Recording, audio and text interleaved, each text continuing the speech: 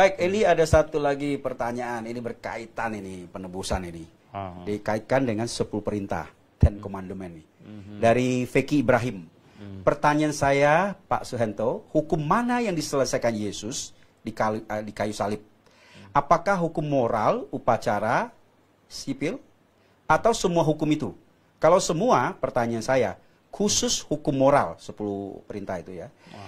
Adakah kasih kepada Allah 1 sampai 4? Ini mesti satu-satu ini. Ya, lupa saya. Dan 5, ini sebenarnya satu sih. Oh ya gimana? Maksud saya, ini ada banyak itemnya gitu loh ya. Itemnya sama. Ya. Apa yang diselesaikan di Tuhan di kayu salib itu? Hukum intinya ya. Ya. Hukum penebusan atau juga hukum moral katanya ini. Kira-kira begitu. Sebenarnya begini ya. Yang Tuhan Yesus genapi itu adalah upacara simbolik ya, upacara simbolik, karena di dalam upacara simbolik itu ada yang disimbolkan.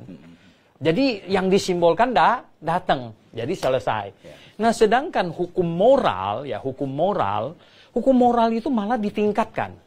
Ya, khotbah Tuhan Yesus di bukit yang dicatat di Matius pasal 5 sampai 7 ya.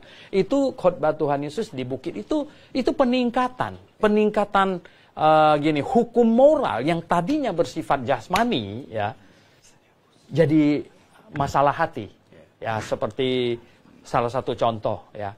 Janganlah kamu berzina. Nah, berzina kan hubungan kelamin antara laki sama perempuan ya toh. Ya, nah ini maksudnya jasmani ya toh. Nah, Tuhan Yesus malah meningkatkan menjadi apa? Jikalau hati kamu menginginkan ini, kamu sudah berzina, berarti ditingkatkan ya. Jadi malah begini, para ahli Taurat bertanya kepada Tuhan Yesus katanya, guru, hukum apakah yang paling utama?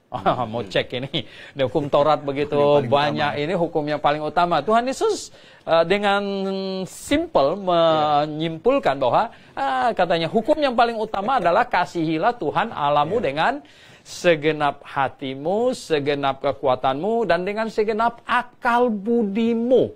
Nah, ini yang hebat ini adalah yang di hakikat zaman perjanjian baru ada tambahan akal budi.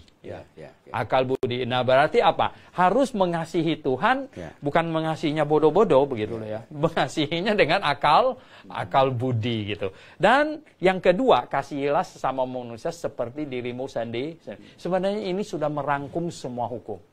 Ya, semua hukum perjanjian lama itu sudah terangkum di situ loh ya. Nah, seperti misalnya gini, sembah menyembah Tuhan. Ya, kalau sembah menyembah Tuhan tidak dilandaskan karena mengasihi Tuhan, itu konyol. Ya toh?